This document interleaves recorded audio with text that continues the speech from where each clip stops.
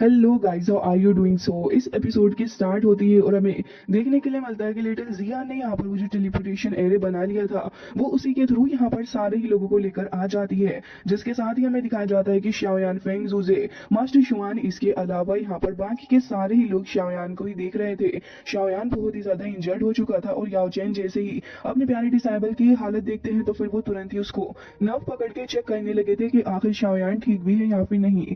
लेकिन जैसे ही यहाँ पर वो शाओयान को चेक करते हैं तो फिर वो ये चीज देखकर बहुत ही ज्यादा उदास होते हैं और उनके एक्सप्रेशन बहुत ही ज्यादा वनरेबल नजर आ रहे थे। लिटिल फेरी डॉक्टर और साथ ही लिटिल जिया दोनों ही वहां खड़ी हुई थी।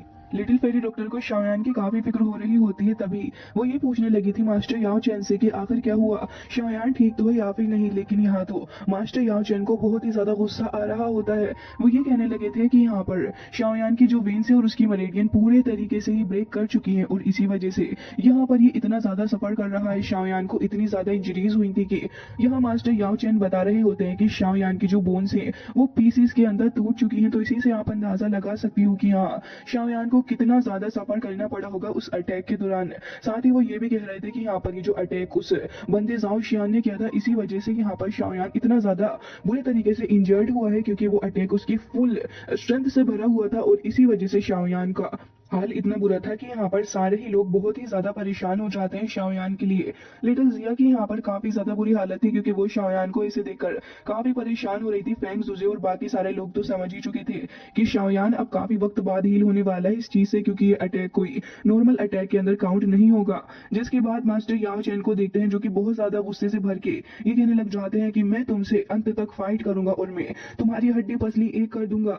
जिसके बाद ही यहाँ पर फ्रैंक जूजे उनको शांत करते हुए उन्हीं के पास आकर खड़े हो चुके थे। वो उन्हें समझा रहे होते हैं कि देखो याओ चेन, मेरी बात समझने की कोशिश करो। इस वक्त हमारे लिए एक चीज जो कि सबसे ज्यादा इंपॉर्टेंट है वो होनी चाहिए शाओयान को बचाना। जब तक हम शाओयान को ठीक ना कर लेते तब तक हम यहाँ कुछ भी नहीं करेंगे। मुझे विश्वास है कि तुम्हारी अल्केमी स्किल्स का यूज करते हुए तुम यहाँ पर कोई ना कोई रास्ता अपने शाओयान के लिए निकाल ही लोगे। अब उनकी सारी बातें मास्टर याओ चेन सुन रहे होते हैं। वो कहीं ना कहीं अपने गुस्से को दबाने की कोशिश कर रहे थे। शाओयान की नफ्स को पकड़ते हुए वो उसको पूरे तरीके से चेक करते हैं और कह रहे थे कि शायद से सिचुएशन बेटर हो सकती है। लेकिन मुझे लगता है कि यहाँ पर 3000 बर्निंग फ्लेम जो कि अनडाइंग फायर फ्लेम भी है, अगर यहाँ पर हमें उसे पावर प्रोवाइड करनी है तो फिर अब हमें कुछ ना कुछ रास्ता निकालना होगा। जब तक शाओयान के पास में उसकी 3000 बर्निंग फ्लेम है तब तक हमें लगता है कि हम इसे बचा सकते हैं। इसके अलावा वो ये भी कह रहे थे कि शाओयान को एक्सट्रीमली काफी ज्यादा खतरनाक वाली इंजरीज हुई हैं और मुझे तो ये लगता है कि इसकी पूरी बॉडी को ही ठीक होना, यानी कि इसको हील करना काफी ज्यादा मुश्किल होने वाला है। बाकी सारे लोग भी इनकी बातें काफी ध्यान से सुन रहे थे। तो तभी मास्टर याओ चेन ये कहने लग जाते हैं कि मुझे तो ये लग रहा है शाओयान कोमा में भी जा सकता है, लेकिन अगर हम कोई ऐसी जगह ढूंढ लें जिससे कि यहाँ पर 3000 बर्निंग फ्लेम स्टार्स की पावर को एब्जॉर्व कर सके, तब शायद हम शाओयान को ठीक कर सकेंगे। जिसके साथ ही वो थोड़े होपलेस भी नजर आ रहे होते हैं और कह रहे थे कि अगर वो जगह हमें मिली तो फिर शाओयान की स्ट्रेंथ और उसकी पावर ग्रेटली इंप्रूव होगी। तभी फेंग जू से यहाँ पर कह रहे होते हैं कि शायद तुम भूल रहे हो, मेरे पास में एक ऐसी जगह है जहाँ पर शाओयान को स्टार्स की पावर मिल जाएगी और वो जगह भरी पड़ी है यहाँ पर इस तरीके की एंट्री इन्फ्लेमेटरी पावर से, जो कि यहाँ शाओयान को हील कर सकती है और उसके लिए पूरे तरीके से सूटेबल भी रहेगी।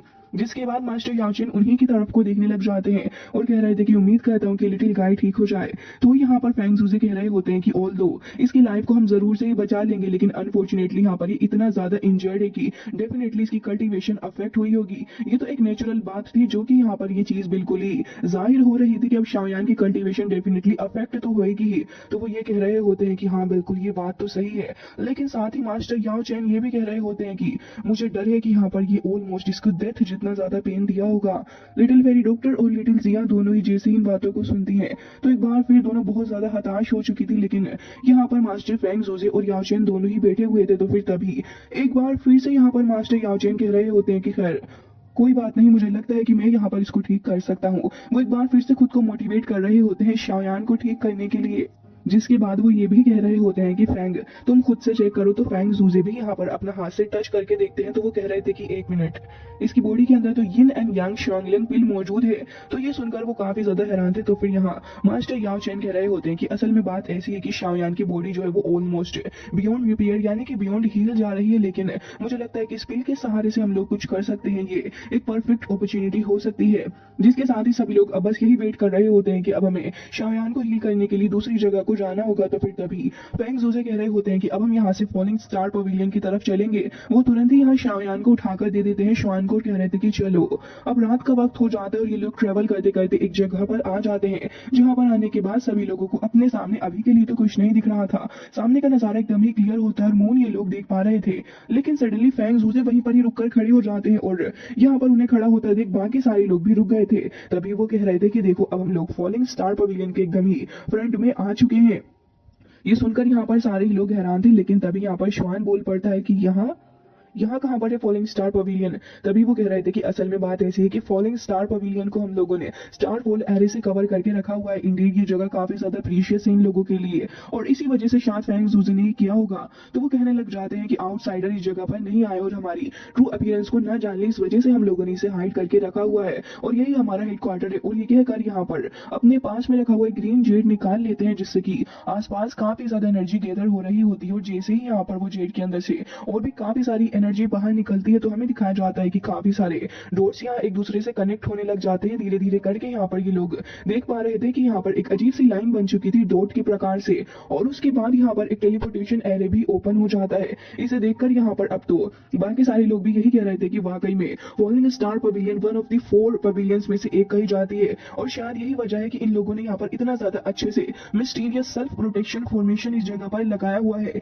इवन ये चीज वाकई में काफी ज्यादा अप्रिशिएटिंग लग रही थी सारे लोगों को। जिसके बाद हम ये देखते हैं कि फेंग जू से कह रहे थे कि चलो याओ चेन, तो याओ चेन और बाकी सारे भी उनके पीछे पीछे ही चल पड़ते हैं। टेलीपोर्टेशन एरे वहां से गायब हो गया था, जिसके बाद वो दूसरी तरफ को ओपन होता है। जैसे ही ये लोग आते हैं अपने फॉलिंग स्टार पवेलियन के अंदर, तो ये लोग पहले माउंटेन रेंज के अंदर आए थे, जहां पर इन्हें सामने फॉलिंग स्टार पवेलियन दिख रही होती है, जो कि वाकई में अपनी रेपुटेशन के ऊपर थी। देखने में जगह बहुत ही ज्यादा शानदार और एकदम लग्जूरियस लग रही होती है, जबकि यहाँ मास्टर याओ चेन इस जगह को देखकर अपने पुराने दिनों को याद करते हुए कह रहे थे कि मैंने तो इस जगह को कितने सालों से नहीं देखा। वाकई में फैंग, तुमने इस जगह का बहुत अच्छे से ध्यान रखा हुआ है। तभी वो कह रहे थे कि ऑफ कोर्स, तुम्हें क्या लगता है कि सारे ही लोग तुम्हारे जैसे होते हैं जो कि अपनी जिम्मेदारियों से इस तरीके से फ्रीली उड़कर चले जाएं। जिसके बाद वो यहाँ पर इन सभी लोगों का स्वागत करते हैं और कह रहे थे कि ब्रदर चैंग, मैं तुम्हारा इस जगह पर वेलकम करता हूँ। अब इतनी देर में वहां से कुछ डिसाइबल्स आ रहे होते हैं और हमें दिखाया जाता है कि एक एक करके काफी सारे डिसाइबल्स वहां आ जाते हैं। हमें देखने के लिए मिलता है कि यहाँ पर अपनी शिंगलुआन भी आई हुई थी और वो यहाँ पर इतने सारे लोगों को देखकर हैरान थी। तभी यहाँ फेंग जू से उसको इंट्रोड्यूस करवाने लग जाते हैं मास्टर याओ चेन से, और कह रहे थे कि ये याओ चेन है इस पवेलियन के मास्टर। ये सुनकर तो वो किंगलुआन काफी हैरान थी और कह रही थी कि मुझे आपसे मिलकर बहुत ज्यादा खुशी हो रही है। अब उसके साथ में जो भी डिसाइबल्स खड़े हुए थे, नेचुरली वो भी बाकी सारे लोगों को यहाँ पर ग्रीट करने लग जाते हैं। तभी यहाँ याओ चेन कह रहे थे कि मुझे ऐसा क्यों लग रहा है कि सब कुछ तुमने पहले से ही डिसाइड कर रखा है फैंग। तभी शिंगलू यहाँ पर देखती है शाओयान को, जो कि काफी ज्यादा इंजर्ड हो रखा है, तो फिर वो थोड़ी चिंता में कहती है कि शाओयान इस तरीके से इंजर्ड कैसे हो गया है। तो यहाँ पर फेंग जू से कह रहे होते हैं कि असल में शाओयान के दो हाथ हो चुके थे कि 5 स्टार दाउजन के साथ में सोल पैलेस के अंदर, और इसी वजह से बेचारे की ये हालत हुई है। अब ये सुनने के बाद तो वो काफी ज्यादा हैरान थी कि एक शाओयान जो कि यहाँ पर 5 स्टार दाउजन के बंदे से दो हाथ कर आया है, आखिर ये कैसे पॉसिबल है। तभी यहाँ पर फेंग जू ने ये भी बताया था कि इवन शाओयान उसका हाथ भी तोड़कर आया है। ये चीज उसे और भी ज्यादा हैरान कर दी थी और वो सोच में पड़ चुकी थी कि क्या सच में शाओयान ऐसा कर सकता है। इवन यहाँ पर शुआन भी खड़े हुए थे और तभी फेंग जू क्यूरियोसिटी को समझते हुए कह रहे थे कि असल में बात ऐसी है कि शाओयान हमेशा से ही इनक्रेडिबल रहा है और तुम्हें तो पता ही है कि कितना ज्यादा काबिल बंदा है। जिसके बाद वो याओ चेन से कह रहे थे कि चलो याओ चेन, तो ये सारे के सारे यहाँ पर अब पवेलियन के अंदर जाने वाले थे, जबकि शिंगलू इन्हें वही पीछे खड़े होकर देखती है। अब मास्टर लेकर आ जाते हैं उसे एक अंदर वाले एरिया में टाड़ के अंदर और वहीं लाकर उसे लेटा देते हैं, जबकि मास्टर याओ चेन और बाकी सारे वहीं पर खड़े हुए थे। सडनली यहाँ पर हमें ग्रीन कलर की एनर्जी देखने के लिए मिलती है, जो कि यहाँ पर एक्टिवेट हो चुकी थी, धीरे धीरे करके शाओयान की बॉडी के अंदर भी जा रही होती है। और साथ ही हमें देखने के लिए मिलता है कि शाओयान की 3000 बर्निंग फ्लेम वो भी यहाँ पर तुरंत ही मूव करने लगी होती है। तो फेंग जू से तुरंत उस जगह से पीछे को हटकर आ जाते हैं। अभी यहाँ पर मास्टर तियानुओ खड़े हुए थे और कह रहे होते हैं कि ये लड़का वाकई बहुत ही ज्यादा लकी है। तभी यहाँ पर शुआन कह रहा होता है कि ब्रदर शाओयान, आप आए हमारे यहाँ पर और जितना भी आपका मन करे, जो भी आपको चूज करना हो वो अब आप अपनी मर्जी से चूज कर सकते हो। लेकिन लिटिल जिया जैसे ही उसको एक लुक देती है तो वो डर जाता है और कह रहा था कि अरे ब्रदर, आपको जो भी लेना हो आप ले लेना, इवन सब कुछ जो हमारा है वो आप ही रख लो। जिसके बाद लिटिल जिया कह रही होती है कि बहुत ही ज्यादा अच्छे, लेकिन लिटिल फेरी डॉक्टर यहाँ पर खड़ी हुई थी और उसके दिल में अभी भी यही बात चल रही होती है कि शाओयान न जाने कब ठीक होगा। वो ये कहने लग जाती है कि शाओयान, बस यही उम्मीद है कि तुम जल्दी ही ठीक हो जाओगी, क्योंकि बहुत सारे लोग तुम्हारा इंतजार कर रहे हैं। जिसके साथ ही हमें ये दिखाया जाता है कि अब मास्टर याओचेन ये कहने लगे होते हैं कि ठीक है, अब मैं यहाँ पर रुकूंगा, और क्योंकि उन्हें शाओयान का ख्याल भी रखना था, तो फिर बाकी सारे लोगों से कह रहे होते हैं कि अब तुम एक काम करो, तुम सारे ही यहाँ से चले जाओ, लेकिन जब तुम यहाँ से बाहर निकल कर जाओगे तो ये बात याद रखना है कि सोल पैलेस के लोगों से बहुत ज्यादा बचकर रहना है। अब हमें दिखाया जाता है कि यहाँ पर पगोड़ा टावर के अंदर मास्टर और शाओयान दोनों अकेले ही थे।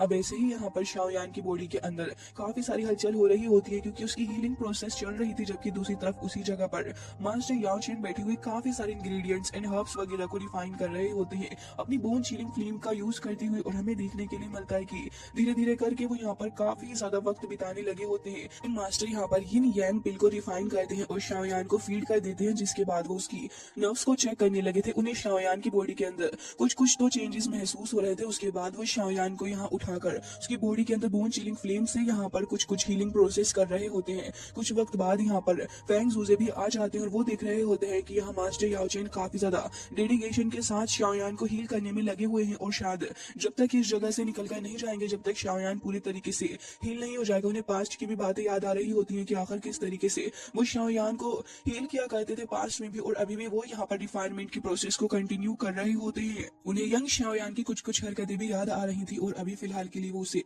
थोड़ा बहुत प्यार भी कर रहे होते हैं। जिसके बाद अगेन वो उसकी नर्व को चेक करते हैं, तो फिर उन्हें थोड़ी इंप्रूवमेंट देखने के लिए मिलती है। अब दिन ऐसे ही निकलते जाते हैं, फिर ऐसे ही कुछ महीने निकल गए थे, और उसके बाद हमें दिखाया जाता है कि अब यहाँ पर पूरा एक साल होने वाला होता है। फैंग जूजे और मास्टर याओचेन दोनों ही साथ में खड़े हुए थे, और दोनों ही अब यहाँ एक साल के बाद खड़े होकर इसके बारे में डिस्कशन कर रहे होते हैं कि अब तो पूरा एक साल हो चुका, जबकि यहाँ पर शाओयान को बिल्कुल ही ठीक हो जाना चाहिए था। शाओयान की सारी इंजरीज ऑलमोस्ट ठीक हो चुकी है, ये बात सबको पता है, लेकिन अभी भी वो उठा नहीं है अपनी नींद से। तभी यहाँ शिंगलुओ आ जाती है और कह रही थी कि टीचर, मैं यहाँ पर कुछ न्यूज लेकर आई हूँ जो कि आपने कहा था। तो वो कह रहे होते हैं कि बताओ आखिर क्या है। तो वो बता रही होती है कि हमारे लोगों ने न्यूज भेजी है कि हमें यहाँ पर वो सोल फ्रूट मिल चुका है, जो कि यहाँ मौजूद है एक जगह पर, जिस जगह के बारे में हम लोगों ने पता लगा लिया है, और वो एंशिएंट रूइन है। ये सुनकर फैंग जूजे एकदम से ही शॉक्ड हो जाते और कह रहे थे कि कांग्रेस, मुझे लग रहा है कि हम यहाँ पर तुम्हारे लिए सोल फ्रूट बहुत ही जल्दी लेकर आ जाएंगे, जिससे कि सोल एनर्जी जो कि तुम गवा चुके हो वो वापस से ठीक हो जाएगी। लेकिन याओचेन कह रहे थे कि देखो, जब तक शाओयान नहीं उठ जाता मैं इसके बारे में कोई बात नहीं करने वाला। जिसके बाद नेचुरली फैंग जूजे भी इस बारे में ज्यादा बात नहीं छेड़ती। जबकि दूसरी तरफ हमें देखने के लिए मिलता है कि जुनर खड़ी हुई थी और वो यहाँ पर अपने बंदे से पूछ रही होती है कि शाओयान के बारे में कुछ पता चला है या फिर नहीं। लेकिन यहाँ पर वो कह रहे होते हैं कि हमने हमारे सबॉर्डिनेट्स को हर एक जगह भेज दिया है, लेकिन अभी तक तो किसी को कुछ भी नहीं पता चला है। ये सुनकर जुनर को काफी बुरा लग रहा होता है, क्योंकि वो सोच रही थी कि कहीं शाओयान के साथ में कुछ उल्टा तो नहीं हो गया। लेकिन वहां पर खड़ा हुआ उसका साथी उसे कह रहा होता है कि आप परेशान नहीं हो, शाओयान जो है वो अपनी डेस्टिनी के मास्टर हैं, और मुझे लगता है कि वो जहां भी होंगे वो ठीक ही होंगे। तो फिर जुनर कह रही होती है कि हाँ, मुझे भी यही लगता है।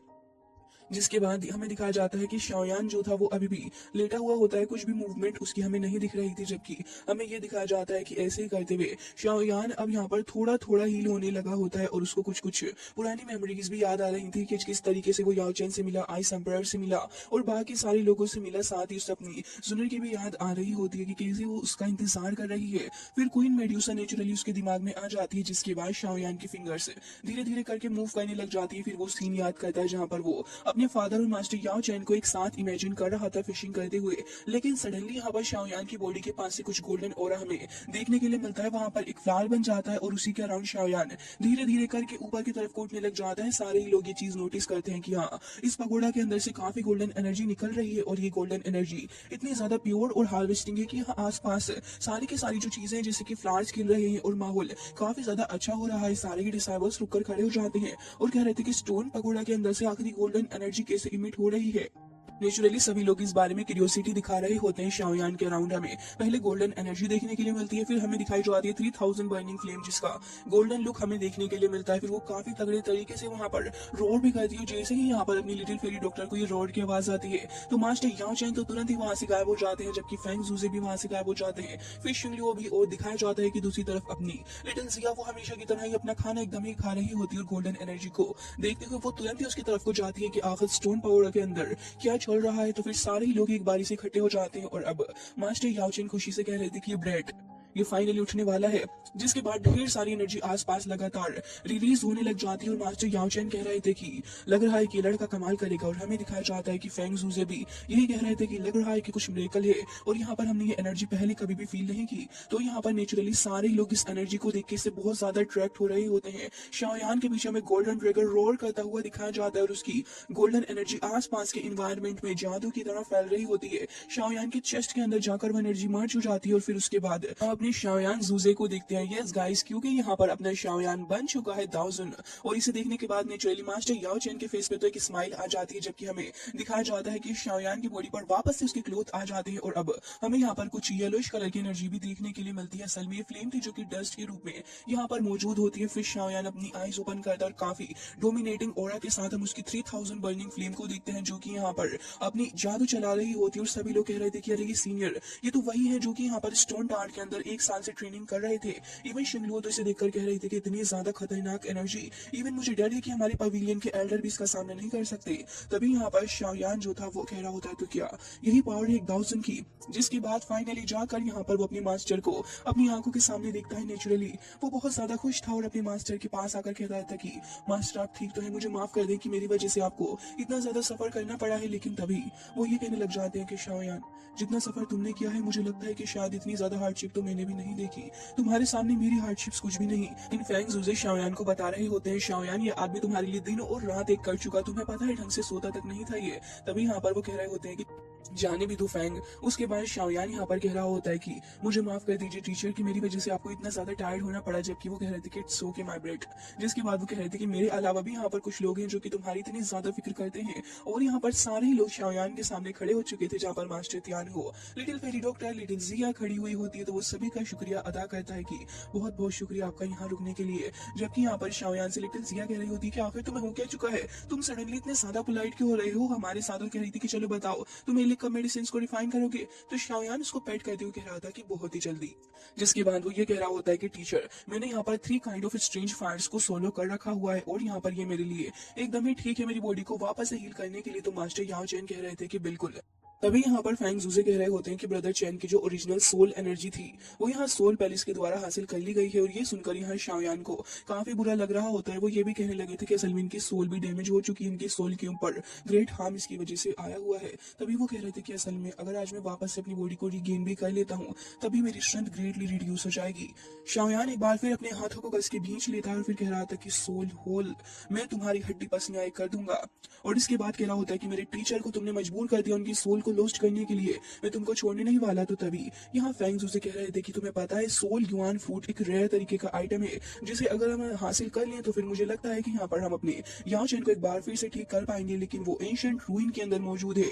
तो तभी यहाँ शाओयान कह रहा होता है कि एंशिएंट रेलिक सोल फ्रूट, मुझे तो लग रहा है कि ये तो मुझे हासिल करना ही है। जबकि ये सीन कट हो जाता और दूसरी तरफ हमें दिखाया जाता है सोल होल में एक बंदा आ चुका था एल्डर के पास में और उससे कह रहा होता है कि यहाँ पर कुछ लोग उस फ्रूट को हासिल करना चाहते हैं जो हमें चाहिए। तो वो ये सुनकर कह रहा होता है कि जाओ जाकर हमारे लोगों को बता दो कि एंशिएंट रूइन के अंदर जाओ और वहां से हमें वो फ्रूट चाहिए, क्योंकि जो चीज सोल होल को चाहिए वो कोई और नहीं ले सकता। जिसके साथ ही वो बंदा वहां से चला जाता है, जबकि ये बंदा जो होता है वो अपनी डोमिनेटिंग एनर्जी को रिलीज करते हुए कह रहा था कि शाओयान, लग रहा है कि हम एक बार फिर से मिलने वाले हैं। इसी के साथ ये एपिसोड हो जाता है एंड आई होप गाइस कि आपको पसंद आया होगा। मिलते हैं नेक्स्ट वीडियो में, तब तक के लिए bye bye, take care of yourself.